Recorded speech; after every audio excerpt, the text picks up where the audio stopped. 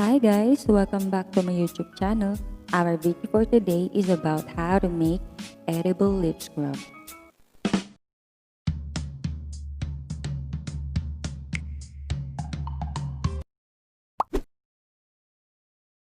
The first ingredient that I use is white granulated sugar.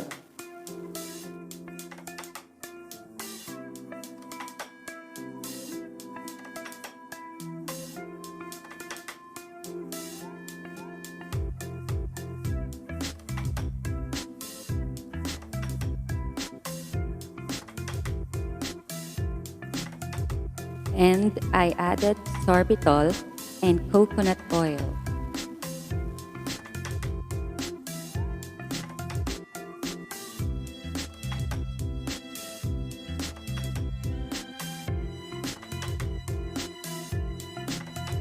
And then after that, mix in the food color.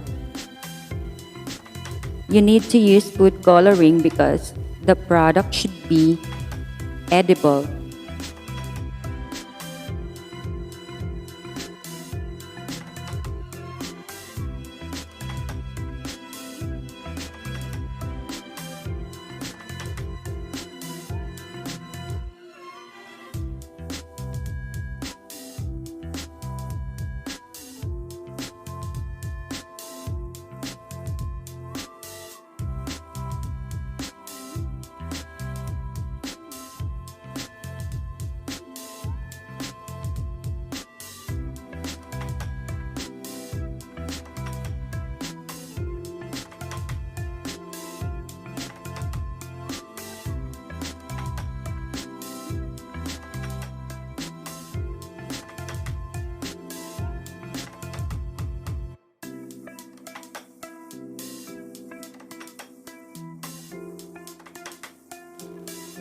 Mix it well and then get a clean container to put the product in it.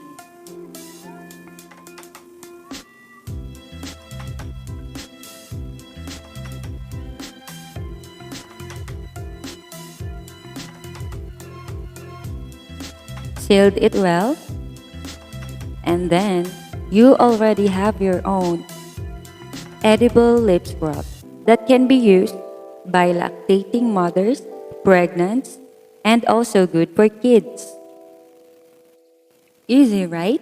So please don't forget to hit like and subscribe for more YouTube tutorials. Thank you for watching!